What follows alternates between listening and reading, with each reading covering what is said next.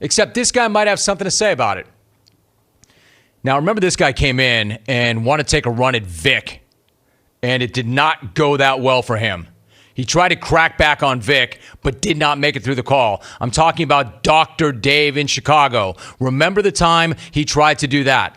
While you spend your time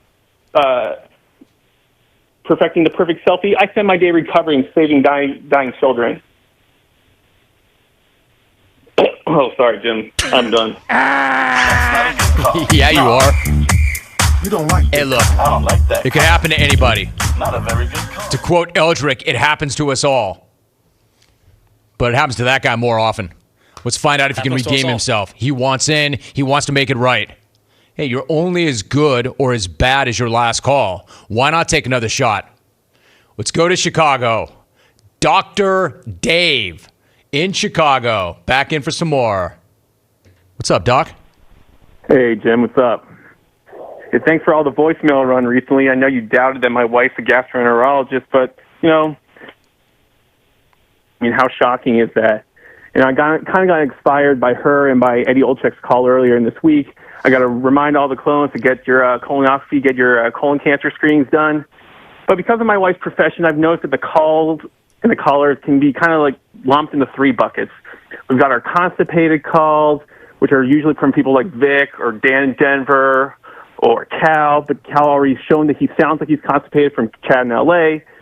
Next, we've got the incontinent callers who just spew out tons of smack and are always going to be successful, like Brad and Corona, Left, Rick and Buffalo, even me, but most of my smack just spewed all over myself.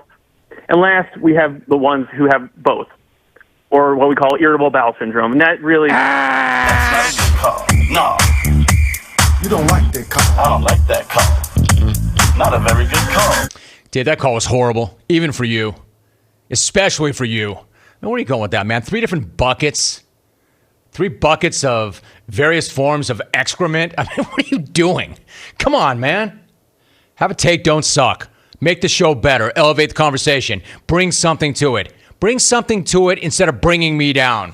Did you think that was a good idea? Your wife, the gastroenterologist, run your calls through her at least before you call me. How was that going to help you or me? It wasn't. I mean, you stayed on that bucking bronco a little longer than you normally do, but certainly not to the end. You still need your 7 or 8 seconds for the ride to qualify. God, man, it's amazing how hard some of you make this thing. It's not that hard. Just take anything you want. Take any topic, any take, go with it. If you don't want to talk about what's going on in the NFL or NBA or NHL or Major League Baseball, and you just want to crack on somebody, go ahead and do that too. Clone-on-clone crime is definitely a thing. But there's a right way and a wrong way, and you are still all wrong. Dude, you're a doctor? You save dying kids? You can't get through a phone call to a sports talk show.